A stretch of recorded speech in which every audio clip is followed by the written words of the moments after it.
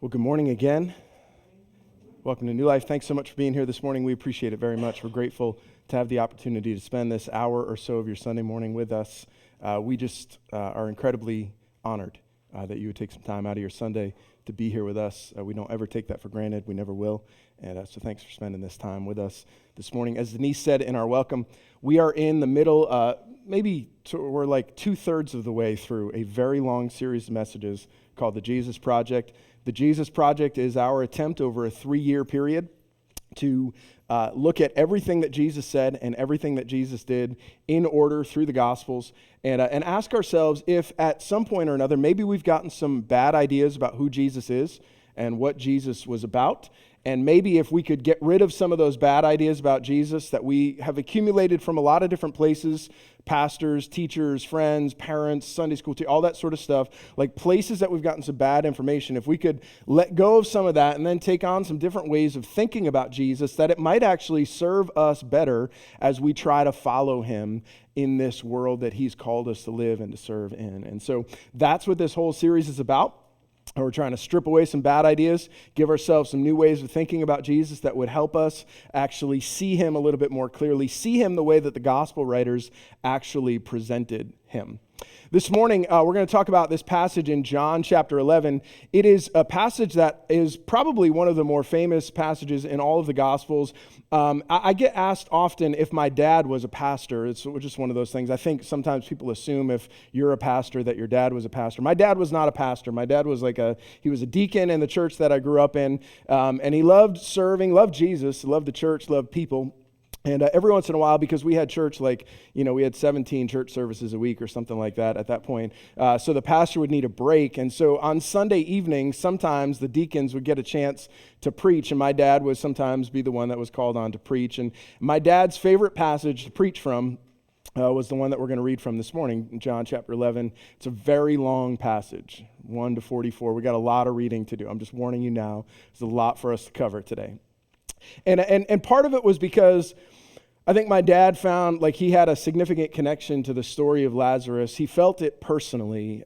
He felt the weight of having been what he knew was dead in his sins and wrapped up in his sins, and having had this experience of coming to Jesus and coming alive in his relationship with God that he had never really experienced before. And so he had this profound connection with it. And he preached on this, I don't know, it felt like every time that he preached, I was like, Dad, you going to preach about Lazarus again?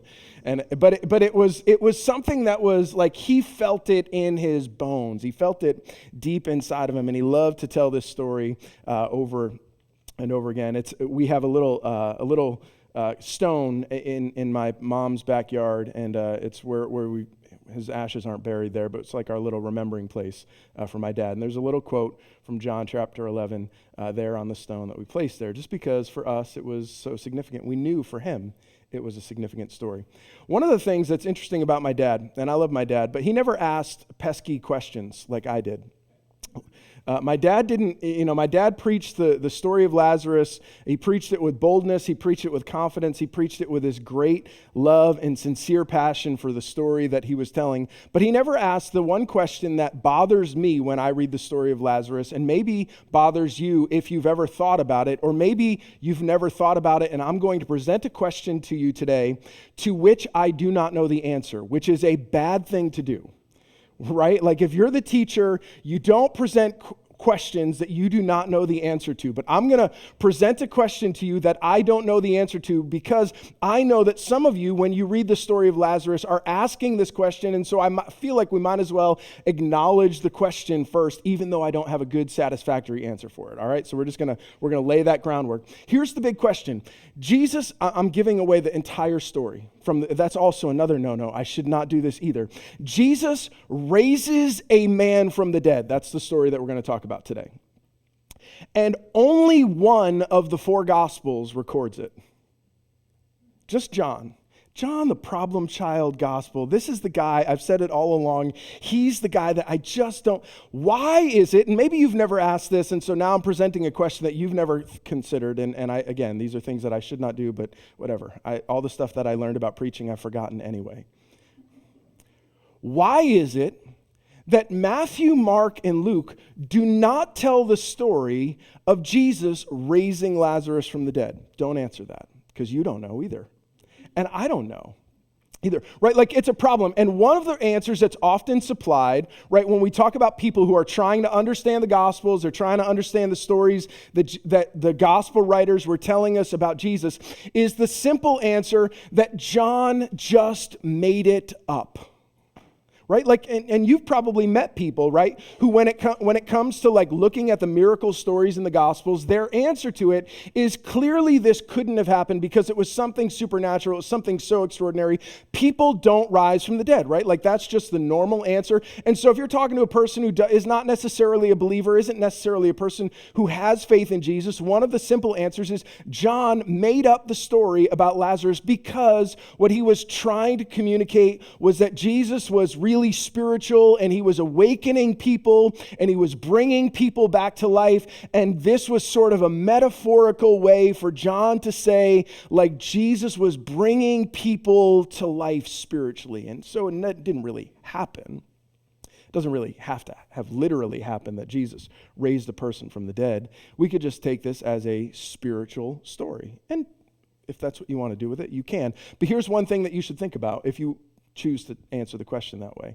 John is writing his gospel from the beginning to combat this heresy that sort of developed around Jesus, which is that Jesus never came in a physical body anyway, that Jesus was just a spiritual, enlightening being that people sort of, that floated through I don't know why I'm doing it like that, but like Jesus just floated through and like appeared magically, spiritually to people. And as Jesus appeared spiritually to people, they were awakened because some people believe that our bodies themselves were evil things. And so Jesus could never have inhabited a physical body. But the problem with that, right, is John is writing his entire gospel to say, no, Jesus actually had a body.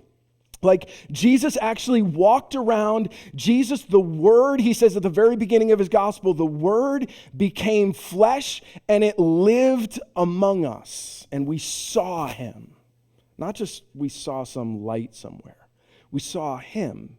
And when we saw him, we saw the glory of God. And so if John is writing a gospel to tell people, no, Jesus had a real physical body, then it doesn't really make a whole lot of sense to then go later on in his story and just make up a story about some guy who physically rose from the dead and say, well, it wasn't really a physical resurrection, it was just a spiritual resurrection. It doesn't make a whole lot of sense. So we should take that one, I think, off the table. I'm going to present one possible reason that this story isn't in the other three Gospels. Matthew, Mark, and Luke all tell their story from a very, kind of similar perspective. And most people agree that Mark was the first of the gospel writers. And most people agree that Mark wrote most of his gospel based on the recollection of the apostle Peter, who is he's like the big shot. He's the guy that every time Jesus is asking people for answers, every time Jesus is asking for interaction in the gospels, Matthew, Mark, and Luke, you guys know,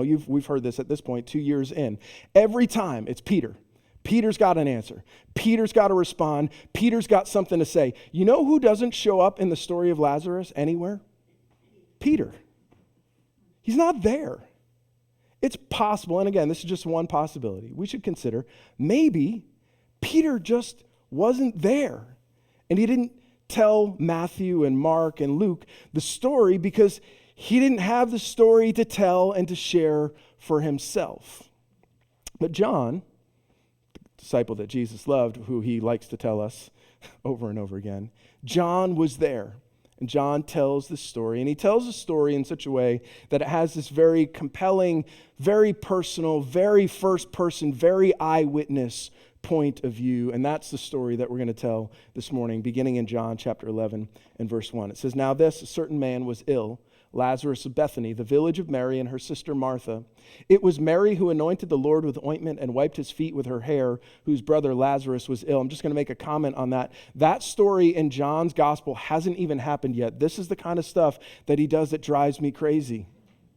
He's like, oh yeah, there's a story that we haven't even talked about yet, but I'm going to refer to it here at this point in the story. Anyway, so the sisters, Mary and Martha, sent to Jesus saying, Lord, he whom you love is ill. But when Jesus heard it, he said, this sickness does not lead to death. It is for the glory of God, so that the Son of God may be glorified through it. Mary, Martha, and Lazarus, this family, 2 sisters and 1 brother, who live in a village just outside of Jerusalem. One of them dies. The 2 sisters send word to Jesus. One of them is sick, and they send word to Jesus. The one that you love is sick. And Jesus looks at his disciples and says, this story will not end in death.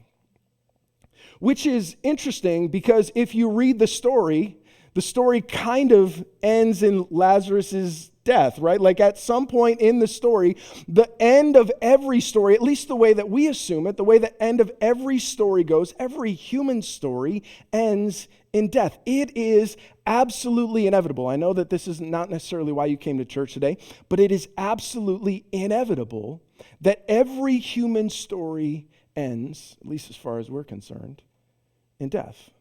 And Jesus looks at the disciples and says that death is not the end of the story, right? Like, look, guys, like Lazarus is sick and Lazarus is ill, and Lazarus is obviously sick enough for Mary and Martha to send word to Jesus that he should come and do something with the expectation that if they send word to Jesus and Jesus comes, he's been healing all of these people, he can certainly take care of their brother, the one whom, again, as they like to remind him, the one that you love, the one that you care about, the one that you are concerned about is ill.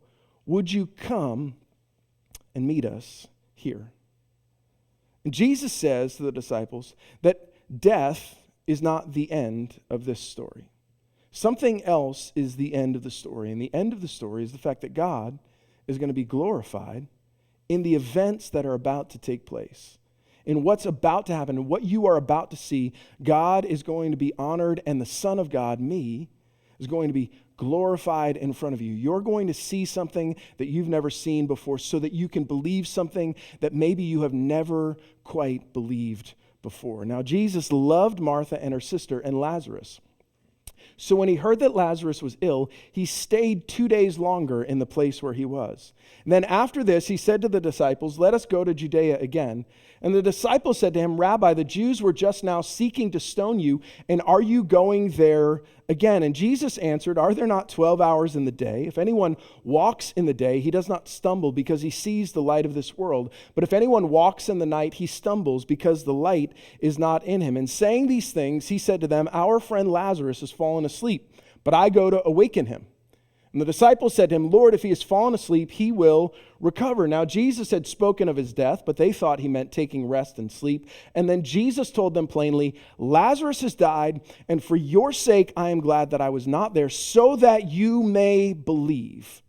But let us go to him. So Thomas, not Peter, Thomas speaks up, called the twins, said to his fellow disciples, let us also go, that we may die with him. Such a bold, faith-filled confession from Thomas. Jesus hears from Mary and Martha, the one that you love is sick, and we are asking for you to come and take care of him. And then Jesus does a puzzling thing, which is he doesn't go right away. These are the kinds of things that bother us about Jesus.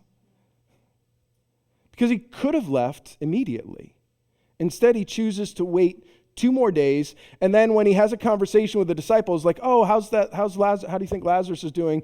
Lazarus has fallen asleep. They misunderstand. They think Lazarus is resting. He's recovering. He's getting better. Jesus has to tell them plainly, Lazarus is dead. Now, again, if you were one of the disciples and you just heard Jesus say, this story isn't going to end in death, and then Jesus comes to you and says, Lazarus is dead, there's a part of you, right, that's saying, Jesus, this doesn't fit. Because you told us that the story wasn't going to end in death, but now Lazarus is dead and he's not recovering and he's not resting and he's not getting better. And how are you going to go wake him up if he's already dead? For your sake, Jesus says, I'm glad I wasn't there so that you will believe. Now, again, think about this. He's saying this to his disciples. He's saying this to people who have already invested a significant amount of their lives, their energy, their time, their effort, themselves into following him, and have said over and over again, Jesus, we believe you, and we believe in you. And now Jesus says, I want to take you another step further. I want you to follow me again.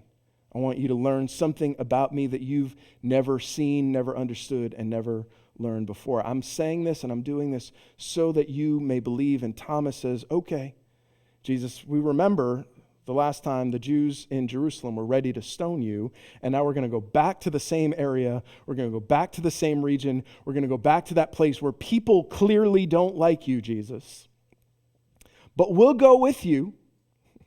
And we might die with you, which on the one hand, right, is actually kind of a bold confession, because Thomas is saying, we're willing to go wherever you go. We're willing to follow wherever you follow. And if that means that we die with you, we are willing to die with you. But it does not show, on the other hand, a whole lot of confidence in the leadership of Jesus, does it? Right? Like, oh, you're going to lead us back into this place where people were ready to kill you and might be ready to kill us. Now, when Jesus came, he found that Lazarus had already been in the tomb for 4 days. So as the word goes to Jesus, takes probably a couple of days for it to travel to Jesus. Jesus waits for a couple of days in the place that he is, and then decides to go back a couple of days' journey from where he is to see Lazarus. In the maybe 6 to 7 days between the time that Mary and Martha sent word to Jesus and the time that Jesus shows up, Lazarus has died, and not only has he died, he's been dead for 4 days laying in the tomb. Bethany was near Jerusalem, about 2 miles off, and many of the Jews had come to Martha and Mary to console them concerning their brother. So when Martha heard that Jesus was coming, she went and met him, but Mary remained seated in the house. And Martha said to Jesus, Lord, if you had been here, my brother would not have died. But even now I know that whatever you ask from God, God will give you. And Jesus said to her, your brother will rise again. And Martha said to him, I know that he will rise again in the resurrection on the last day. And Jesus said to her, I am the resurrection and the life. Whoever believes in me, though he die, yet shall he live. And everyone who lives and believes in me shall never die. Do you believe this? And she said to him, yes, Lord, I believe that you are the Christ, the Son of God, who is coming into the world. Jesus shows up in the village of Bethany. Martha comes out to meet him outside the village, outside of her home. Has a conversation with Jesus that begins in a way that I think you and I could probably resonate with if you put yourself in Martha's situation. Jesus, if you had shown up, this wouldn't have happened. Jesus, if you had been here, we would not have needed to experience the darkness that we are experiencing in this moment. And underneath the surface, right, is a little bit, probably, I think, a little bit of a Jesus, why didn't you care enough to show up? And I don't know if you've ever felt that, but I know I have. Jesus, why wasn't this important enough for you to have arrived in time to do something about it? If you were here, Lazarus would not be laying in the grave. Lazarus would have been lifted up off of his sick bed and healed, because we believe that you would have healed him. And it's a great confession of faith as far as it goes. And Jesus says to her, I believe that Lazarus is going to rise again. And I think that Martha hears it in the way that we see her respond. I think that she hears it in the same way that we hear it when people say to us, when someone that we love and care about has passed away. We hear those condolences and we hear that sympathy and we hear that, well, she's in a better place, he's in a better place. We hear all of those sorts of things, and we hear it as a cliche. It's just, oh yeah, but it doesn't feel like it brings any comfort to us in that moment, right? Like, because it feels a little hollow. Or maybe I'm just speaking for myself, but I think we've all felt that. Where someone tries to offer you sympathy, someone tries to console you, someone tries to say something meaningful to you, and you say, well, That's nice, but that doesn't change the reality of my circumstance, reality of my moment. And Jesus says, in response to that, well, I am the resurrection and the life. I know that you're waiting for a day in the future when the just will rise again to inherit the kingdom of God, when the people of God who have been righteous and who have lived in relationship with God, this is what they believed and this is what they were waiting for, this age to come, this world to come, that someday they were going to get to. And when they got to that day that they would rise again and they would live again and they would live forever in the kingdom of their God, and they would serve and they would be part of the kingdom of their God. And Jesus looks at Martha and says, I know that you're waiting for a future day, but in me, in Jesus, the future has become present. Not I will be the resurrection and the life, not someday Lazarus is going to rise again, not someday something good is going to happen for you, but all of those expectations and all of those hopes for the future that you have about resurrection and life are present here with me. I am bringing to you resurrection. I am bringing to you life because that is who I am. All of those future hopes for the kingdom, all of those future hopes for an age to come and a life to come and a world to come, they're all here now with me, Jesus says. I'm the resurrection and the life. And if you believe that, Jesus says, you don't need to face death with fear and trembling. There's nothing about death that can shake you. There's nothing about death that can cause you fear and anxiety. I'm the resurrection. I'm the life. Do you believe this? He says to Martha. And she says, I believe. I believe you're the one that's coming into the world. I believe that you're the one sent from God. And I believe that you are the Son of God. And I believe that you are resurrection and life. And I still don't know what that means, but I believe it. When she had said this, she went and called her sister Mary, saying in private, the teacher is here and is calling for you. And when she heard it, she rose quickly and went to him. Now Jesus had not yet come into the village, but was still in the place where Martha had met him. When the Jews who were with her in the house consoling her saw Mary rise quickly and go out, they followed her, supposing that she was going to the tomb to weep there. Now when Mary came to where Jesus was and saw him, she fell at his feet, saying to him, Lord, does this sound familiar? If you had been here, my brother would not have died. And when Jesus saw her weeping, and the Jews who had come with her also weeping, he was deeply moved in his spirit and greatly troubled. And he said, where have you laid him?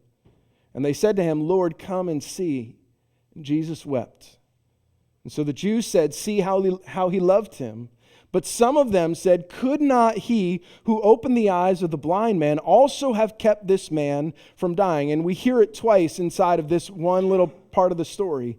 Mary says the same thing that Martha said to Jesus. Lord, if you had shown up in time, you could have prevented this tragedy. Something good could have happened to us, and instead something bad and difficult and terrible has happened to us. And if you had cared, if you had shown up in time, everything would be different. And then the people who are weeping with Mary and with Martha and are consoling them and comforting them in their grief say the same thing. Couldn't he have done something about this? The one who opened the eyes of the blind, something that we've never seen before. Couldn't he have helped, healed, and cared for a sick person that he loved so much? If you had been here, if only you had done something. And Jesus, hearing all of this, seeing all of this, watching all of this response to the tragedy, to the death, to the darkness, and everything that's around him. John says that he was deeply moved in his spirit and greatly troubled. And when we read that, I don't know if we necessarily get the image that John is using. Because it sounds to us like Jesus was really sad. And like Jesus was overwhelmed and Jesus was, just feeling bad.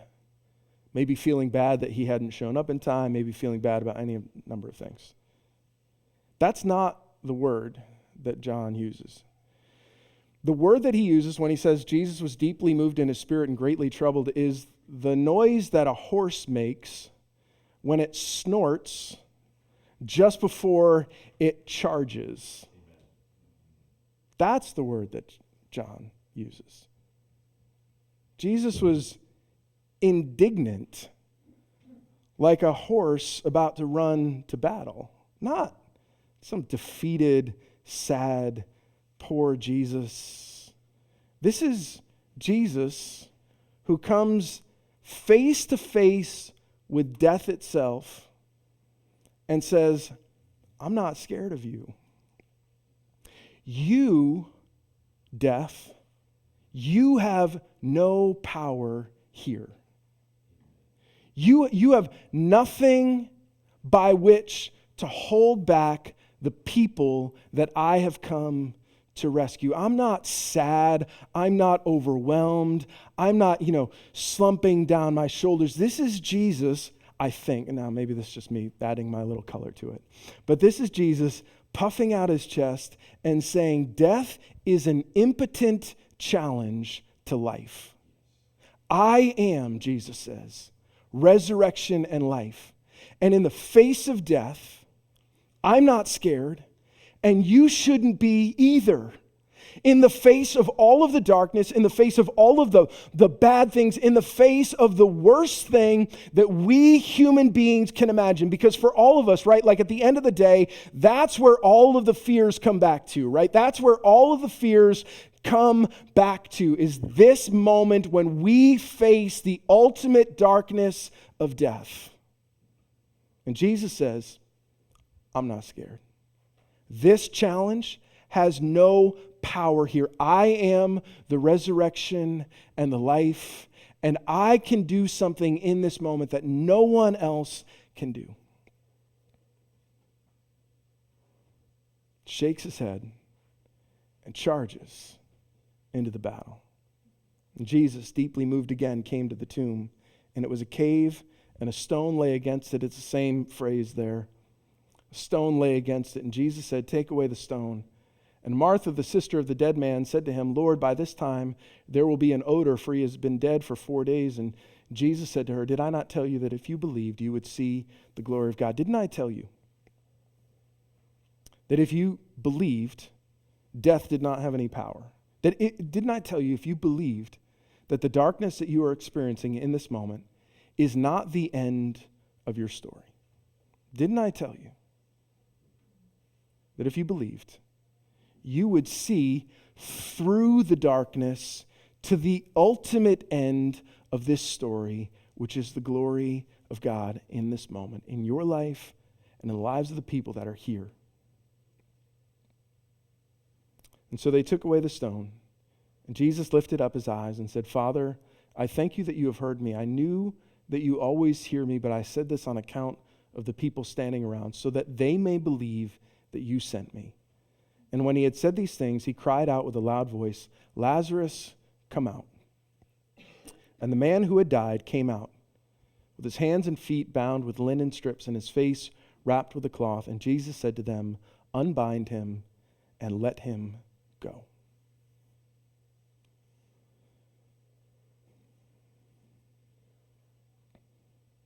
It's a pretty unbelievable story.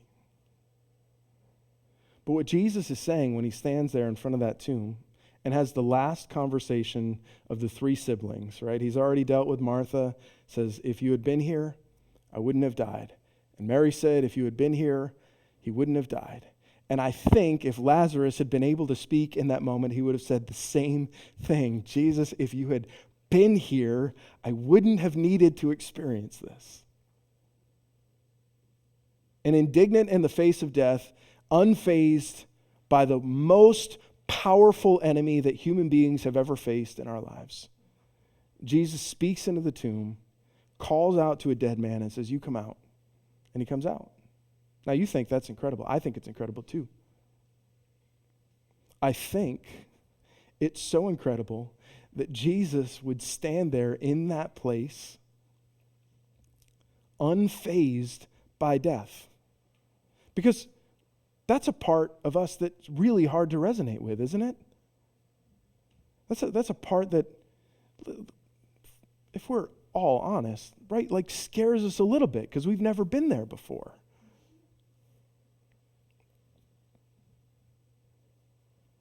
And I think that Jesus stands there fully confident in knowing who he is. I am the resurrection and the life, and this death and this darkness does not hold any power over me, and it's not going to hold any power over you, including you, Lazarus, dead man wrapped up in the grave. Unbind him and let him go. There's a reason my dad loved to tell this story, I think. It kind of preaches itself, doesn't it? You don't have to do a lot of preaching to do it. Like, it's just you just tell the story and you can get excited about it because, right, like, it's a pretty amazing, remarkable story. It's a story that communicates something to us today, I think. And here's what I want to say. The story passes through death on its way to God's glory. Always. Every story passes through death on its way to somewhere else.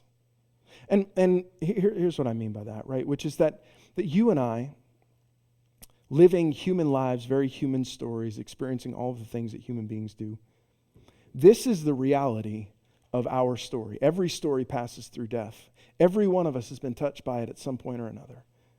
Every one of us experiences it with people around us first, and then we experience it someday for ourselves. And every one of us on our way to that point, right? Are there not points in your life and in your story when it feels like you are walking through the valley of the shadow of death? And it may not be a physical death, but it might be just that feeling of all of the things that you have been living for are falling apart around you. Every one of us experiences the darkness of moments like that. And when we experience the darkness of moments like that, there is a piece of us that shakes. There's a piece of us that's afraid. There's a piece of us that feels so disoriented and so discouraged and so hopeless in the face of all of those things. And there's a piece of us in those moments that always wants to give up, isn't there? There's a piece of us that wants to just let go. I say, I don't know if I can believe God in the middle of all of this. I don't know if I could believe that God is good. I don't know if I could believe that God will somehow be glorified in even this moment of my life. I think the story of Lazarus reminds us that the story passes through death on its way to something better. The end of your story, this is what I genuinely believe, the end of your story is not your death. The end of your story, if you allow it to be what it is meant to be, the end of your story is God and His glory. That's the end of your story. There's going to be a date that goes on your tombstone. And they're going to put some words on the tombstone with you, husband, father, friend, whatever it is that they put with you. But there's going to be a date of birth and there's going to be a date of death. And everybody's going to look at that and say, this was the boundaries of this person's story. This is where it began and this is where it ended. But Jesus says that date that goes at the end of your tombstone, that is not the end of your story.